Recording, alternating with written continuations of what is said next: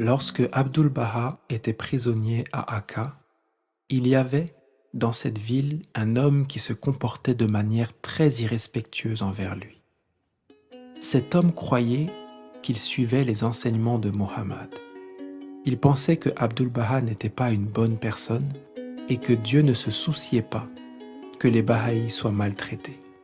En fait, il croyait qu'il faisait preuve de son amour envers Dieu en montrant sa haine pour les Bahaïs. Il haïssait Abdul-Baha de tout son cœur. Il entretenait en lui cette haine qui grandissait dans son cœur et qui parfois en débordait, un peu comme de l'eau qui se répand d'un pot cassé. À la mosquée, alors que les gens venaient prier, cet homme hurlait des choses horribles contre Abdul-Baha. Lorsqu'il rencontrait Abdul-Baha dans la rue, il couvrait son visage avec son manteau pour ne pas le voir. Cet homme était très pauvre et il n'avait ni assez à manger, ni d'habits chauds à porter. À votre avis, que fit Abdul-Baha? Il montra de la bienveillance, lui envoya de la nourriture et des habits, et s'assura qu'on s'occupait bien de lui.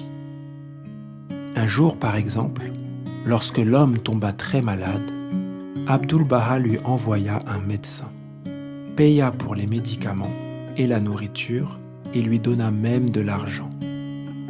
L'homme accepta ces cadeaux de Abdul-Baha, mais ne le remercia pas. En fait, alors qu'il tendit une main au médecin pour prendre son pouls, avec son autre main, il se couvrit le visage pour ne pas voir celui de Abdul-Baha. Et cela continua pendant de longues années.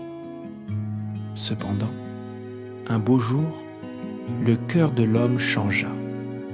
Il alla à la maison de Abdul-Baha, se jeta à ses pieds, et avec un cœur très lourd et des larmes coulant sur son visage comme deux rivières jumelles, il dit en pleurant: « Pardonnez-moi, monsieur.